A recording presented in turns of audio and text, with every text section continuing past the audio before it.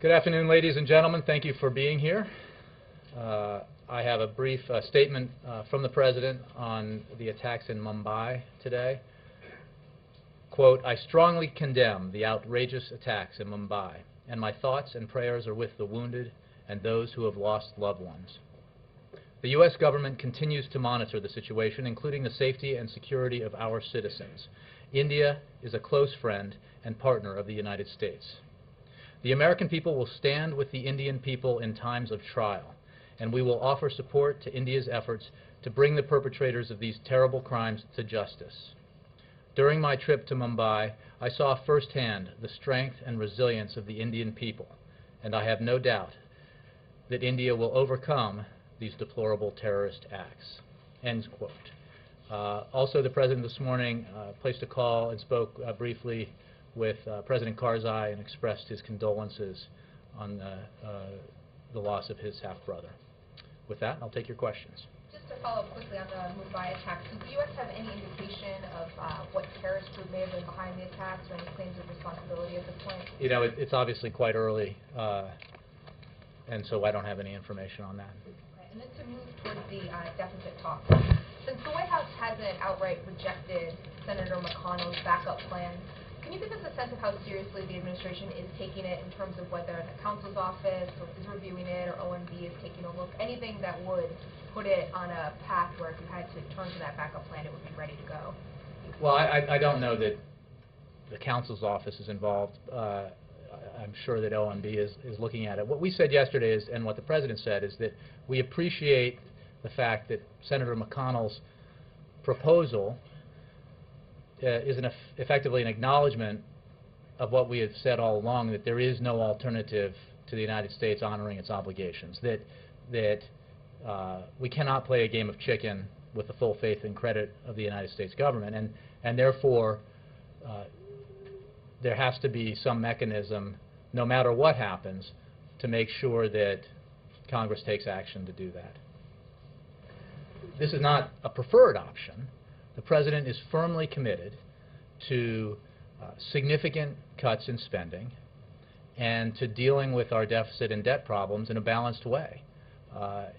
He's been saying every day in these negotiations, these talks with congressional leaders, and he will say again today, this afternoon when they meet, that as they essentially assemble the building blocks for a possible compromise in terms of cutting spending, reforming entitlements potentially, and obviously finding savings in the tax code, that bigger is better, that this is a unique opportunity to accomplish something significant on behalf of the American people. To really, I mean, it's an opportunity for a game changer, to put the United States on much firmer ground as we really get into the 21st century and the economic competition that confronts us.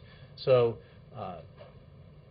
we have said all along that we have to maintain the full faith and credit of the United States, and that we will do that, and we have taken congressional leaders at their word that they intend to do that. Senator McConnell's plan proposal is an acknowledgement of that the linkage that has existed in the past is not viable because there is no alternative, but it is not the preferred option. But since it's unclear how we get to the bigger deal that the President wants... Well, you get to them through negotiations. Well, it's unclear how the negotiations end up in a bigger deal at this point. Are we at a point in the process, though, where we should expect to see more backup plans come out? Do you have any indications from the Hill that there are other backup plans? Well, I let members of Congress speak for themselves in terms of proposals they might be working on. I'm not aware of any in terms of backup plans, but the conversations, negotiations, deliberations that are underway, and both in the meetings here in the White House and obviously in other meetings and conversations, are about trying to find, to solve a real problem here, which is the need to get our deficits under control, to reduce spending, and to deal with our long-term debt issues. So, that is the focus of the conversations. The fact that there is no alternative to raising the debt ceiling and to honoring our obligations, to paying our bills, essentially, bills that were run up in the past, is obviously one that we share. I guess finally, Senator McConnell's plan looks like the type of short-term incremental plan that the President came out earlier this week and said he would not support. So if you have to go in that direction, is this a flip-flop on this position? Well, first of all, we have said that we appreciate the recognition and acknowledgement that the proposal puts forward about the need to, under any circumstance, maintain the full faith and credit of the United States. We have not discussed or analyzed the components of the plan or endorsed it in its particulars. Again, because this is a fallback, backup option, is not the preferred option. We believe the American people expect us to do something about reducing spending, getting our deficits and debts under control. The President's made it very clear that he is willing to compromise to do that, to take difficult steps, make difficult choices, take heat from his party as necessary to achieve something that the American people expect him to achieve and expect their leaders in Washington to achieve. What I think the President made clear is that we are the United States of America. We are not. We should not be engaged in, raising every 6 weeks, 8 weeks, 3 months, 6 months a question about whether or not we're going to meet our obligations. So, that still is his position. Sir. We've been hearing all along from Secretary Geithner and from other administration officials that there was no Plan B, no contingency plan if the debt ceiling was not raised by August 2nd. But now we're hearing from Fed Chairman Bernanke in his testimony today that, in fact, they are prioritizing that the government debt would be the first item. What we made clear is that there is no there's no Plan B, and that there's some sort of way to fix the fact that we would be in default. The fact that you have to deal with the consequences of being in default, and that you would have to make heinous choices about which bills you would pay, and you have to prepare for that as a matter of due diligence, doesn't mean that that's a Plan B for solving the problem. It's not solving the problem. It's dealing with the consequences of a catastrophic decision not to maintain the full faith and credit of the United States government. But the administration is, in fact, preparing a contingency plan with specific priorities if this comes to pass. Not that I'm aware of. It's a big government that and again, the Fed is an independent organization. But the point is not, that there is some alternative to that we can make the problem of default go away through a plan. There is no alternative. You either honor your obligations or you don't, and if you don't, you make terrible choices about which bills you will pay and which you won't. And Bernanke also added his voice to warnings that a default would be a huge crisis. The country could lead to a downgrade of credit ratings, higher interest rates. Does the administration see the potential for his voice being added to add pressure to the Republicans to give some ground to negotiations today? Well, look, I think that goes back to what I said before.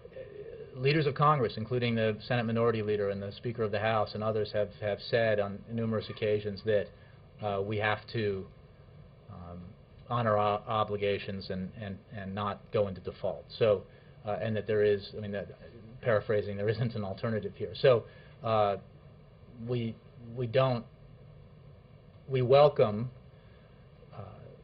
the vocal recognition of that from anyone who has a credible voice, to remind people, because they're obviously moving from the leadership to rank and file members and others. There are some who seem to believe that this is not a serious and consequential situation that could potentially make the recession that we went through in 2008 look minor by comparison, depending on the kind of consequences that could ensue after a default. Again, let me step back. That's all hypothetical, and we don't believe it's going to happen because we believe that this is the United States of America, and the leaders of Congress, as well as the President, will do what's necessary to make sure that we fulfill our obligations and that we do not default for the first time in our history. Jake. Congressman Cantor, the Majority Leader, is suggesting that President Obama should make the changes he's willing to make to entitlement spending public, that the Republicans voted for the Paul Ryan plan, which is a very public way to get to express what they think should be done for Medicare, and that the suggestions he made, Cantor made, were released earlier this week, and that it would help Republicans understand what a deal would look like if the president publicly came forward with an explanation of what he wanted to do, what he was willing to do. Mm-hmm. Do you disagree? Is there a question? Well, do you disagree with that idea? I think we have made clear in the negotiations and the conversations what we are willing to do, and the significant compromises the president is willing to make, the cuts he's willing to accept in discretionary spending, for example, as well as the reforms he's willing to consider in entitlement programs as part of a balanced package. If you're telling me that some people want us to say, you know, we'll do all this, and they say, great, let's just do that, and by the way, we don't need a balanced package, so you've already agreed to these cuts and compromises and reforms, that's not how negotiations should work. We believe that in order to achieve balance, you need to sit around a table and work out a balanced package. And as going back to Senator Dole, but as many have said, that the way to do this is everybody gets in the boat together at one time so it doesn't tip over. And the president's made clear that he's willing to accept measures that won't necessarily be popular with all Democrats. And certainly we believe that it is the responsibility of Republicans to be leaders and to be willing to accept measures and compromises that won't be necessarily popular with all Republicans. But, you know, there is a growing chorus out here of Republicans and conservatives who acknowledge that we need to do this in a balanced way. I think you interviewed Senator Simpson, who made that quite clear. I think Bill O'Reilly on Fox News expressed that sentiment last night. Numerous members of Congress, Senator Lindsey Graham yesterday has said this. This is not, you know, it seems self-evident that the leaders in Washington should, in a situation like this, where the problems are recognized by everyone, the need for solutions and the urgent need for solutions are recognized by everyone, that then we should come together and compromise. Not say, no way, no how, on every absolutist position that you might hold.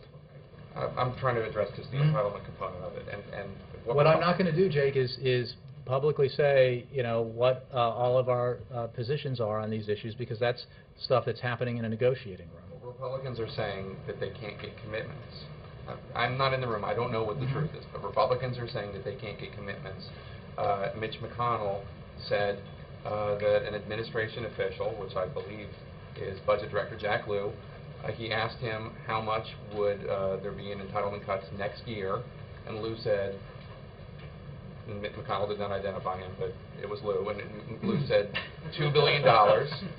Lew said $2 billion. I'm not sure that's actually that's not talking about entitlement cuts.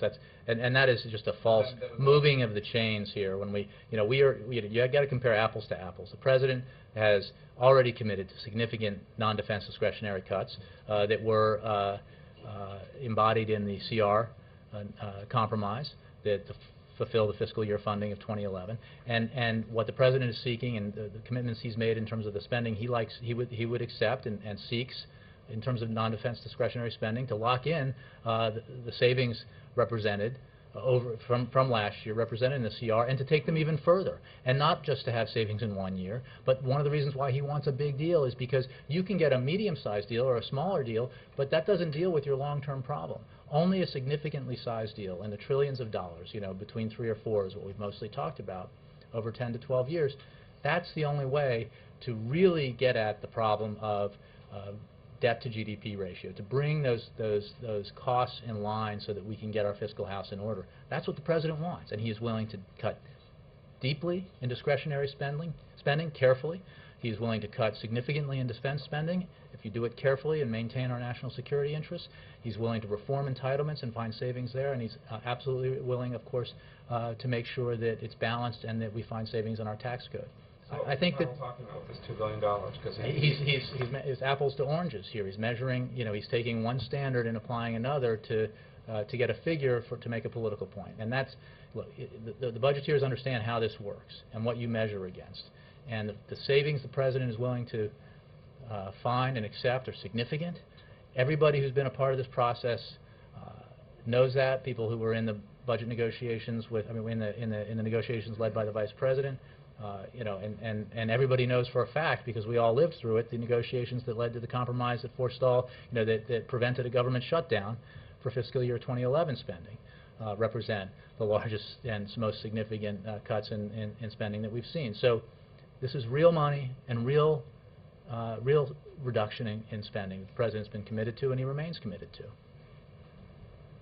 Who's next? Jay, is the White House concerned that the McConnell plan, while it might help avoid a default, that perhaps credit agencies could still take action? The question of credit agencies I'll put aside. What obviously is at issue here is that we will not have addressed the very problems in terms of our deficit and debt that will still be there in front of us. So the positive impact in terms of confidence that you would get from a significant deal, we will not have achieved. It is a form of kicking the can down the road. It is, however, an important acknowledgement of the fact that we need, regardless of where we get in our negotiations over deficit reduction, we absolutely have to make sure that the United States continues to pay its bills and fulfill its obligations. So on the credit agencies, I don't have a response to that. The fact that the United States will, come August 2nd, continue to be creditworthy, we think is important, and it's a position we've maintained from the beginning. Would the President agree to something, though, that deals with obviously preventing a default, but the likely ramification could be that credit agencies may take action? Well, again, I don't want to speculate about credit agencies. That's something we don't have control over. What we think is important is that, first, that everyone remain committed to the proposition that the United States will not, for the first time in its history, default on its obligations. Second, that we should work diligently, daily, to reach an agreement on deficit reduction, a balanced agreement, and a sizable one, because this is hard stuff anyway. And the principle that the President repeats in these meetings is, as we look at the spending cuts that we can agree on, and as we look at the measures we can take, we can agree on, and then build from there, and look at some of the compromises that would need to be made in terms of entitlements and revenues and other issues and other kinds of spending cuts, I think people quickly recognize that none of this will be easy, that all of this will be hard. Any deal of any significant size will entail hard choices. Therefore, it is absolutely worth it, because it's the right thing to do and it's worth it politically to go and do something and get the biggest possible deal, because that's what the President supports, and I think that I know that that's the argument he's making in these negotiations. And as he continues to push for that big deal, is he concerned that at a certain point he appears ineffective pushing for the biggest deal possible when it seems obvious that it's likely not going to be the basis for an agreement? Well, first of all, I didn't see you in the room, but I wasn't aware that you were as knowledgeable about how the negotiations are going as you seem to be. The fact is, we remain confident that we will get an agreement that reduces spending, that cuts the deficit. What is at issue here is can we get something, how significant an agreement? And he is absolutely confident that that it is the right position to take to push this process forward to get the biggest possible deal. But it's no secret that he's still pushing for a bigger deal that seems likely, or that Republicans have ruled out. So is he concerned wait. that The Republicans haven't ruled out a big deal. They have ruled out they have made a lot of declarative statements about what's acceptable and unacceptable, even though an increasing number of people have, even Republicans and conservatives, have taken opposite positions. But, if you're saying that they've said compromise is impossible, I just don't think that's, in the end, the truth. For the $4 trillion. And the President continues to push for the largest deal possible, an indication that he's pushing for the $4 trillion, even though it seems unlikely. Well, he's pushing for the largest deal possible. He thinks that $4 trillion in a balanced way, would be the best possible outcome. There are obviously other potential outcomes short of $4 trillion, but the bigger, the better. If it's balanced and it's considered, and it makes significant cuts in domestic spending, significant cuts in defense spending, but ones that allow us to protect our national security and allow us to invest in ways that will continue to grow the economy and create jobs. And so he's absolutely pushing for the biggest deal possible. Can we have TV cameras in the top of the meeting today? We are doing a photo still spray today. I would remind you that the last time we had TV cameras in the meeting, it was less than 3 hours after the President had given a press conference, and people shouted questions at him, including people who had just had questions in the press conference. So, the purpose of the meeting is not to create a circus, but to negotiate. So today we're doing stills only. Yep. Questions or a circus? Are you telling us we can't ask questions? He asked questions.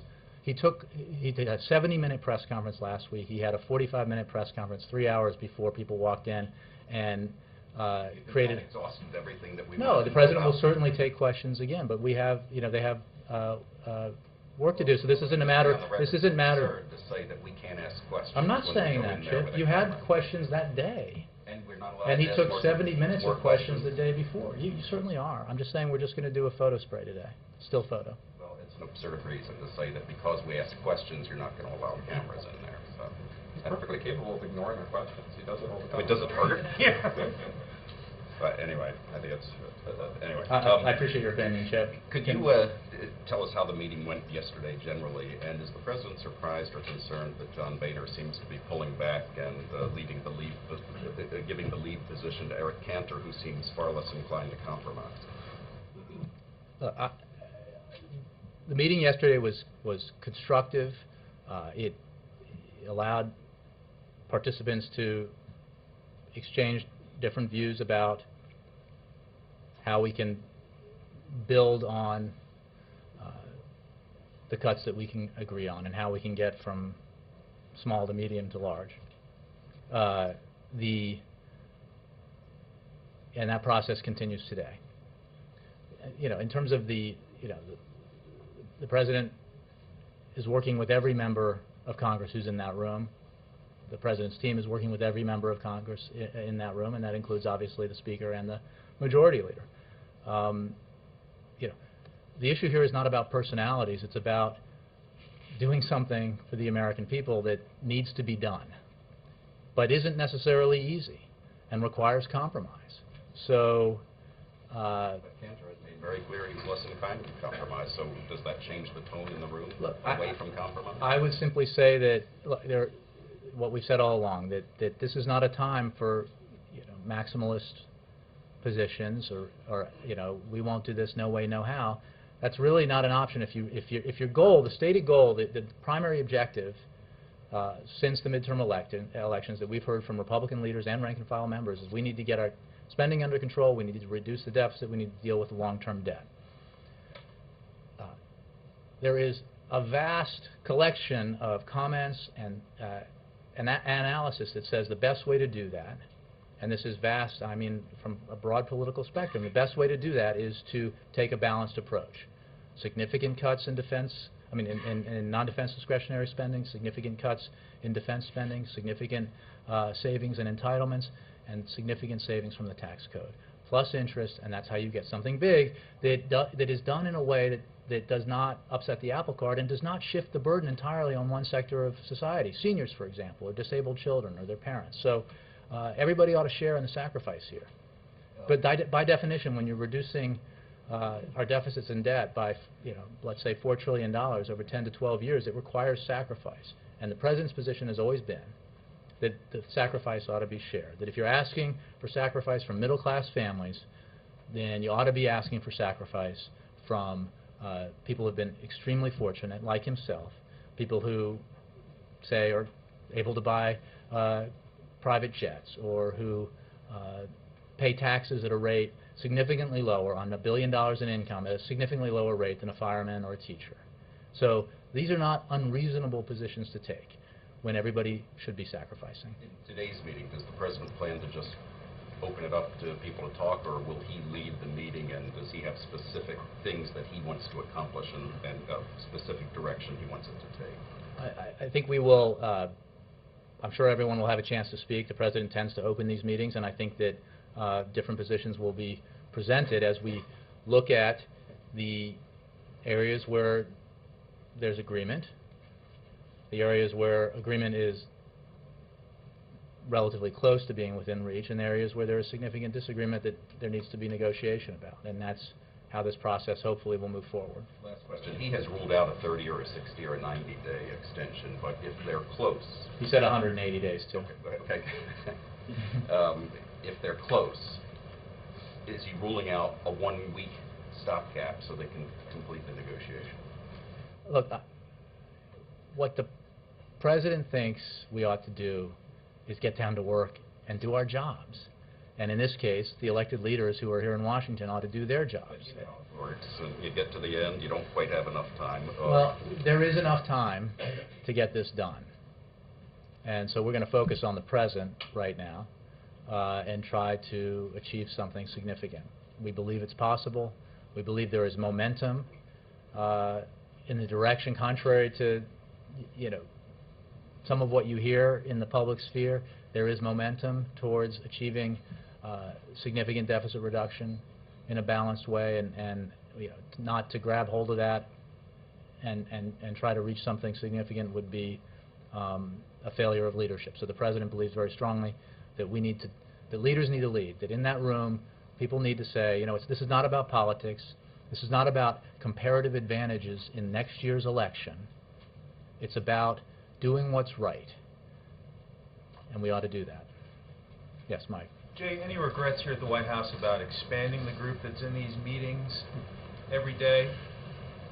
I mean, by expanding the group, you obviously have more strong personalities. Greater diversity of opinion, you might say? Strong personalities in the room that, go on camera and say some tough things sometimes that I'm just wondering at this point after these daily meetings whether you kind of wish maybe it was a smaller group. Well, it's important to recognize that anything that's going to be passed by Congress needs to have been worked through with and hopefully sanctioned by the leaders of Congress, of both parties. That's the optimum situation that you hope for. So, no, we don't have any regrets about bringing in the leaders of Congress from both parties into these negotiations. It was true and will continue to be true that there are obviously, in terms of getting into the nitty-gritty and moving this process forward, there are regular and constant discussions at a high level, staff level, as well as sidebar conversations between different members and between the administration and lawmakers. I mean, that's how this thing, a Washington negotiation moves forward. So, but we believe these meetings have been worthwhile, and that's why we're having another one today. Is the idea of having Leader Pelosi or Senator McConnell in the room, because you're also thinking you're going to need votes from their constituents in order to get a deal through? I think it's fair to say that there is no significant achievement that can emerge out of this that will not require votes from Democrats and Republicans in both houses. Some on Capitol Hill have suggested talking about Social Security checks yesterday was a scare tactic. Do you guys have a response to that? Well, I think best to look at the interview or read the transcript rather than react to what some people might be saying about the interview. The President was asked a question and he answered it honestly. As I was saying earlier, I think in response to questions that Julie had or Matt, that our position, the President's position, has always been that we will not get to that point because Congress will do the right thing, and the United States will not, for the first time in its history, default on its obligations. So, but it is simply a matter of fact that when you have a $1 in obligations and you only have 60 cents in your pocket, you got to borrow 40 cents in order to meet those obligations, but your authority to borrow that 40 cents has been eliminated, that you are then in a bind, and you have to make choices about how and where to apply the 60 cents you have in your pocket. So, but we do not believe that will happen, that outcome is what awaits us, because we believe that leaders will take the right actions. Mike. Hi, Jay. You mentioned that there's momentum in the talks. can you give us a fuller idea of what you're talking about? How I mean, I don't want to suggest that we're like a boulder rolling down the hill here, but it's momentum. How is this meeting going to be different than Sunday's meeting, Monday's meeting, and Tuesday's meeting? Well, every meeting is different, and they move. I think it's one of the things that I think is worth repeating that I mentioned, I believe yesterday or the other day, is that remember that a lot of the members here were not participants in the regular meetings that the Vice President presided over, and have not been engaged at the level of detail that they are now engaged in. So some of this was, involving the leaders at the level of detail that's necessary to make decisions. So that, I'm not saying it's all been, sweetness and light, but it has been productive, and it has moved forward, and it has been clarifying. The information has been shared that has been new information for some members, and positions have been explored that help, I think, everyone in the room understand what's possible and what's desirable in terms of going for something big rather than something small. So, I think that'll be the case today. Progress, maybe not, shout from the rooftops success in one meeting, but progress. But the immovable object in all of this is the question of revenues, is the House Republicans, fiscal conservatives among them, what you might call their intransigence, they might call their resolve in saying we will not be raising taxes, period. When you talk about momentum or progress, has there been any momentum or progress in getting them to change their minds?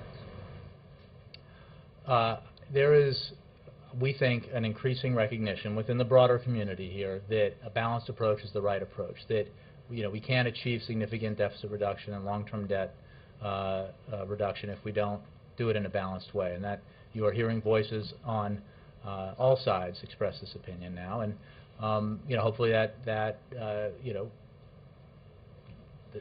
sentiment will be infectious and spread, because we think that it is the right approach, and we think that it's really important for everybody in that room and broadly within Congress and Washington to sort of say, to address themselves not to the most vocal activists in the Republican Party or the Democratic Party. Those are important, no question. But to remember what the broader purpose is here, which is to move the country forward, to grow the economy and create jobs, to take some of the massive burden that deficits and debt place on our children and grandchildren and lift them. And that requires addressing not narrow audiences, but broad audiences. And broadly, the American people expect their leaders in Washington from both parties to come together, compromise, accept that they will not get everything they want, because that's the system that the Founding Fathers created for us, and do the right thing. I mean, it's not easy. It involves some political pain. The President's made that clear for everybody, but we have to do it. And finally, can I ask you to clarify? Mm-hmm. There's no reporters allowed in today's meeting because reporters misbehaved? No, look, we, as you know, we have had, different meetings have different levels of access, and we do it on a case-by-case basis. We have had, the President's taken questions quite a lot lately, as you know, and so he's not taking questions today. He may tomorrow, or he may later. But today we're just doing a still spray, which is not unprecedented. We've done still sprays in a lot of meetings. Earlier comments, it sounds like you were punishing. I was making the point that that if this were an issue of we just need B-roll, right? That wasn't the case. Hours after he had just had his second press conference in less than a week, when we're asking people to leave the room so the leaders can get to work, and people are shouting questions. That's fine. Look, I used to be where you are. It's fine to shout questions. I'm just saying that not every occasion are we going to have a full pool in a meeting. Yeah. Today, Senator McConnell said he doesn't think any Republicans will vote to raise the debt ceiling. So what's the point of negotiating? I didn't see him say that no Republicans will vote to raise the debt ceiling. I don't think any Republicans will vote to raise the debt ceiling. To Laura Ingraham. Laura Ingraham.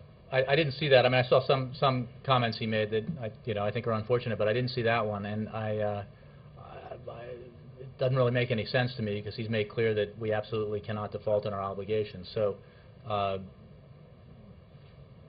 hook or by crook, that's going to happen, and because that's the right thing to do for the country. And then on McConnell's plan, one thing I'm still confused about, if the president has said he won't support a 30, 60, 90, or 180-day proposal, or excuse me, proposal, then why not outright reject the McConnell plan? I guess I'm confused. Well, I think that there's a difference here, but what we're talking about, what the president was saying, that he would not simply say, in exchange for these spending cuts, we'll extend the debt ceiling for a few weeks or for a few months, and then we'll go through that process. Not dissimilar from the approach we took during the CR negotiations, which was we're not going to have a toll booth here. This is the United States. We're a more sophisticated and better country than that. We ought to get to work and do our work and get it done, and that's the president's approach. This is the proposal that Senator McConnell outlined is different in its particulars from that scenario that we were talking about both during the CR and the president was referring to in terms of we're not going to do this every few months. It is not, let me be clear, while we think it's important that Senator McConnell has acknowledged that under no circumstances should we default on our obligations, would not be a satisfying outcome to us just to have that, because we think this is a unique opportunity to do something significant on deficit reduction, and that was, after all, the whole point. The linkage that was created that tied significant deficit reduction to this deadline was so that we could work together, roll up our sleeves, and do this. Well, the president's ready and willing to do that. He's willing to make compromises. He's willing to go big here. And he thinks that's what the American people want. He's willing to take heat to do it, and he hopes that's what will happen. And just one other question. Senator McConnell also said that, I guess, this issue and how it turns out is a referendum on the president. Do you guys agree with that? I just think it's unfortunate to view this through a purely political lens.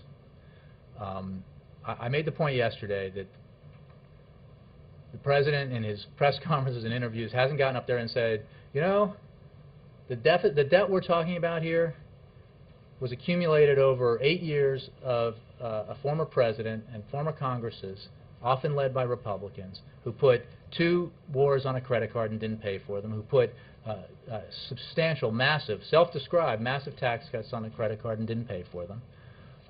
And it's not my problem. I won't do it. It's their problem. President recognizes that it is his responsibility to do this. It is his responsibility to compromise. And he certainly believes that the Republicans ought to do the same.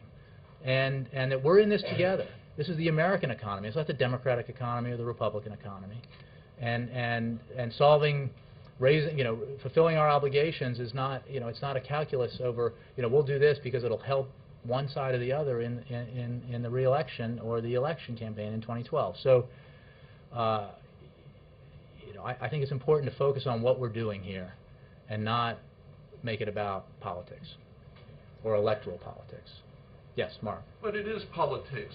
Well, that's why I said electoral politics. Does Obviously, President these are Obama politicians. expect members of Congress who ran for office and were elected on pledges to stop spending and not raise taxes to tell their constituents, well, I got to go back on it because the president... I think the president expects members of Congress, political leaders of both parties, to abide by their principles, significantly reduce the deficit, do the things that a lot of people have talked about who came into office recently, but also for a long time before that, about the need to get our deficits and debt under control, and also to make compromises necessary to make that happen. Because you know what? We don't live in a one-party system. We don't live in a monarchy. Neither party and no leader gets to say, this is how it's going to be because I say so.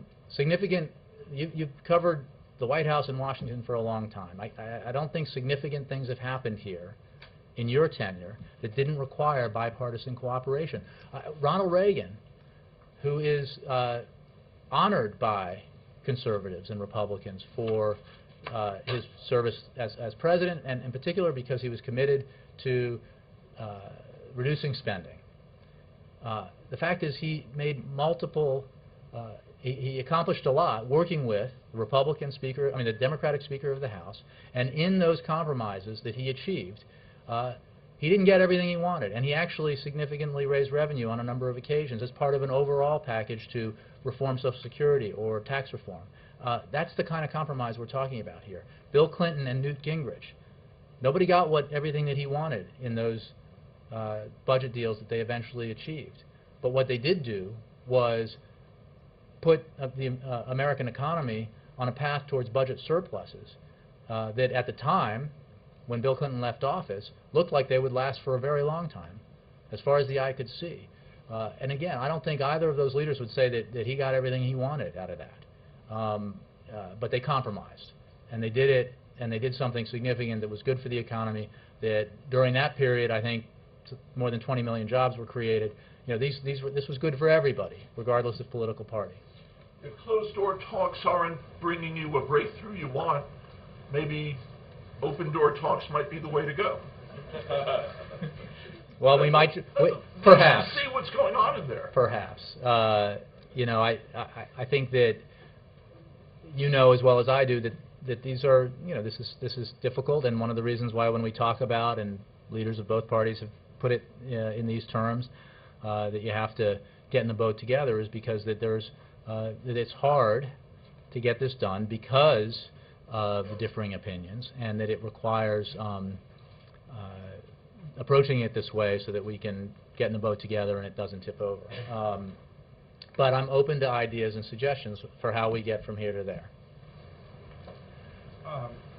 Jay, the last few sessions of the talks have been devoted, at least in part, to taking stock, going over the Biden talks, and finding out where there is agreement both sides. Mm-hmm. Can you tell us how much does that add up to in terms of the agreements on both sides? More than a little and less than a lot. Can you try again?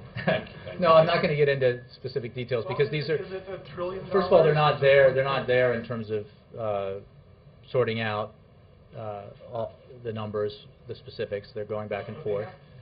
They have taken stock of the agreements where they have agreed, right?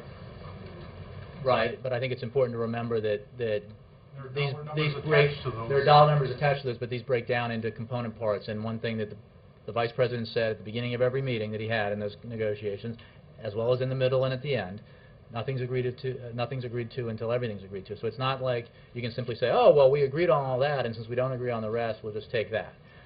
This is, you know, the art of compromise here, the art of negotiation requires, you know, rebuilding a structure at this level now where everybody can say, okay, I can live with that. That's what I want. If you give me that, I can take that, and this is acceptable.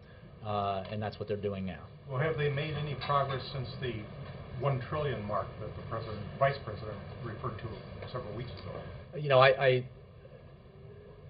don't want to go into more detail about specific numbers because I don't want to hem them in as they negotiate, because there are a lot of different moving parts here. One other question. He met with Lavrov this morning. Mm-hmm. I think we're going to have a readout of that later, but yeah, a paper readout. Is he going to Russia this year at all? You know, I don't have any scheduling announcements for you. Why would I rule it out? Having, you know, looking forward to returning to Russia as much as I do, I would never rule that out. Yeah. You said that you're starting to hear voices on all sides in support of a balanced approach. Do you mean many sides, anyway? Were you talking about voices outside the room or inside the room? I was thinking mostly of outside the room, but that there is, you know, there are times during this process with even participants in the room have made the comment that, you know, we can deal with closing some exceptions and loopholes. We could look at subsidies and that sort of thing. And, you know, remember that when we're talking about on the revenue side of this equation, as we seek balance here to go along with significant cuts in spending and entitlement reform, you know, there are a variety of options here. And when you know, as the President has made clear, like if we're going to ask sacrifice of the middle class, if we're going to ask sacrifice of the most vulnerable, or of seniors, of disabled kids, you know, and that's what I mean. These numbers are real. When you cut programs or you cut, you know, there are consequences to that, and those consequences are felt mostly by the middle class. You also it is a responsible thing to do to ask for sacrifice from the wealthy, from the well-off, not for its own sake, but because it's the right thing to do, and it helps us get to something big and significant, which has significant long-term benefits for the economy, and therefore every participant in the economy, including the middle class. And so, I mean, that's the principle at work here. It's not, we insist revenues ought to be part of this package just because we do, but because we want to make it fair and balanced, and we want to make it significant. And there are a lot of voices, from the participants in the Bowles-Simpson Commission to the participants in the Domenici-Rivlin study to a variety of current members of Congress, Republicans, who acknowledge that that's the approach we should take. I think Senator Graham, as I was just saying, closing loopholes, a deal that curbs entitlement spending and increases tax revenues by closing loopholes, quote, makes sense. That way you don't raise tax rates, but you do generate new revenue by closing loopholes. Otherwise, you're giving money away to a few people at the expense of many. I mean, that's an entirely reasonable point of view, and we think that that point of view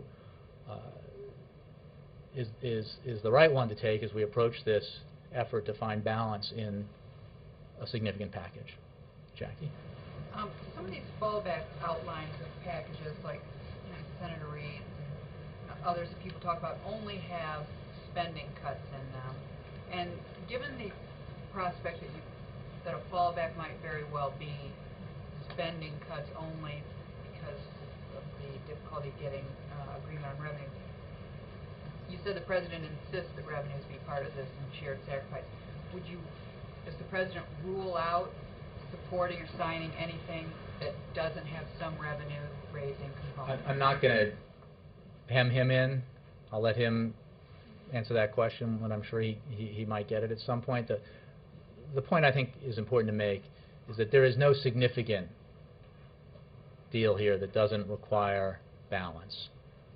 And that, as an overarching principle, the sacrifice required to reduce our deficit and should be shared and not just placed on the middle class or seniors or others. So, but I'm not going to sort of, will he do this, will he do that, rule one thing out of the other beyond the things that he said about not participating in a toll booth here. Yeah. Jay, yesterday, one of the things he said in the course of the day was that he does not think it is possible to get a significant, a meaningful agreement, as he put it, with this president in the Oval Office. Did President Obama say anything to him about that yesterday?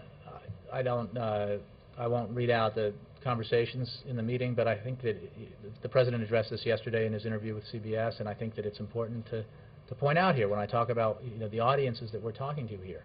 He is the President of the United States. He is in office for at least 18 months. I don't think there is anything close to a majority, and probably just a tiny minority of the American people, who think that we ought to just cease trying to get things done in this town until one party controls everything entirely. You know what? Because that's never going to happen. This president has demonstrated that he is committed to significant spending cuts. He's the one out there saying, let's get the biggest possible deal.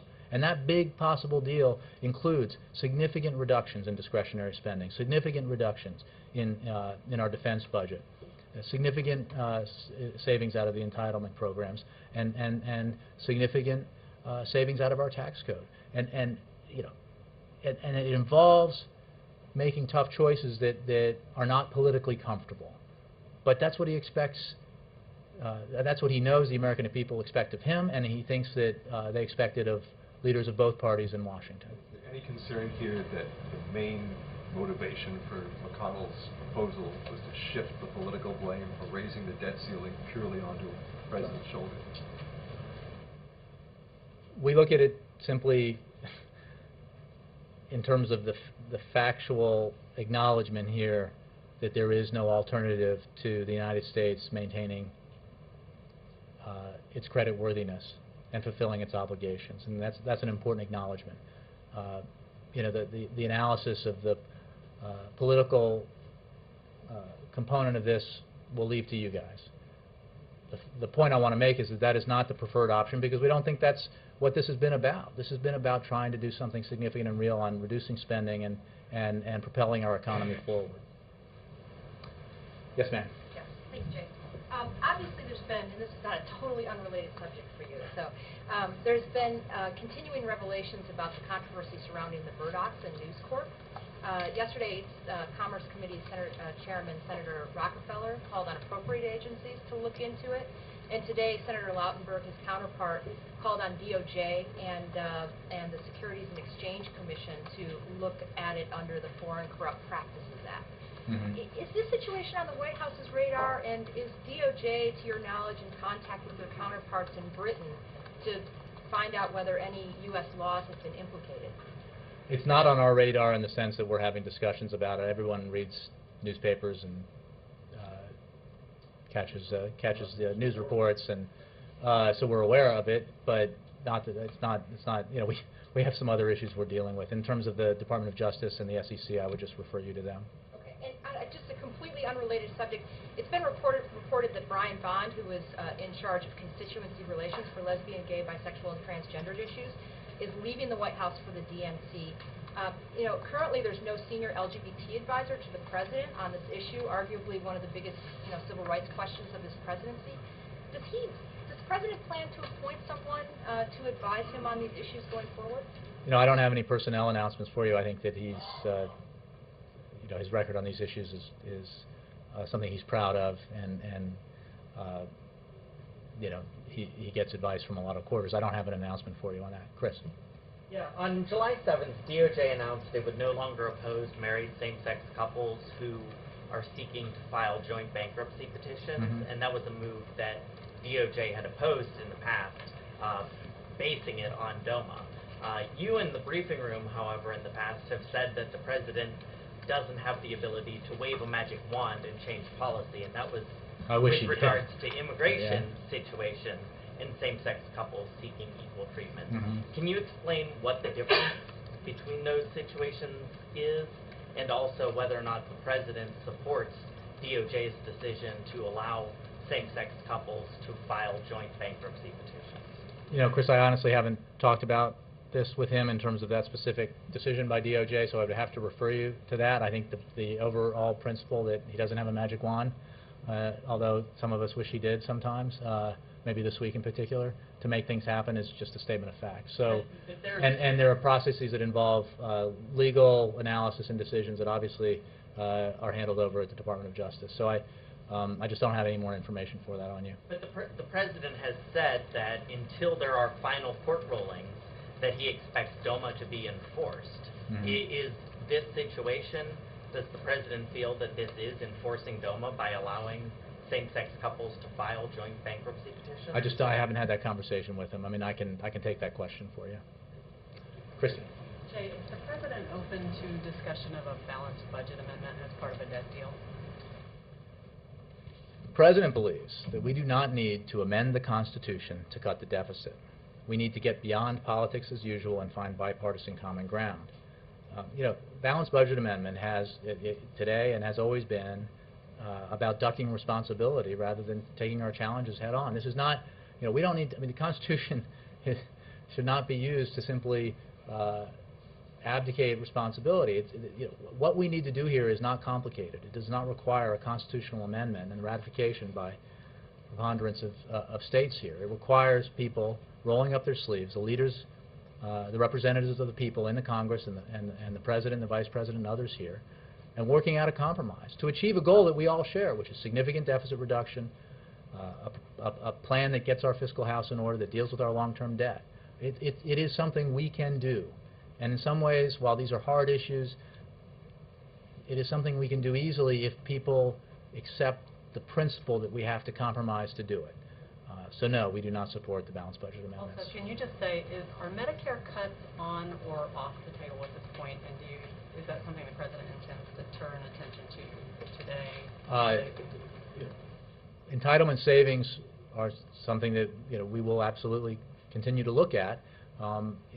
Again, if you talk about the building blocks towards a significant package of deficit reduction, entitlement savings represent one of those big building blocks. But it requires compromise. And is the president intent on taking that up today, that particular? I don't. It's in the mix today. Look, I think it's always possible that will come up. I don't have an itemized agenda for today. Last one, John Christopher. Jay, you've made a very strong case every day here to tell us that the President has tried to work with the leadership, in a sense, making compromises, making some concessions as much as he can. The fact is that the Gallup poll has come out today saying that most of the American people do not want their representatives to raise the debt ceiling. In spite of the fact that the President was on TV last night and talked about certain things that would be at stake, do you feel at all that this administration has not really laid out in very strong terms what exactly is at stake for the American people if this debt limit is not raised? John Christopher, we have focused not on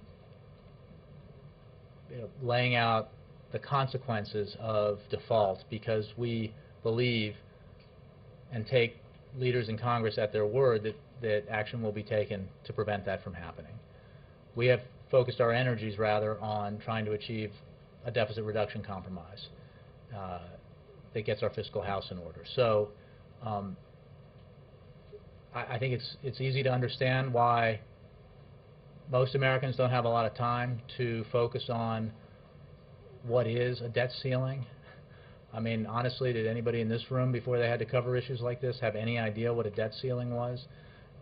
Any understanding of the fact that a vote by Congress to increase our ability to borrow was simply a vote to allow the United States of America to pay the bills it incurred in the past?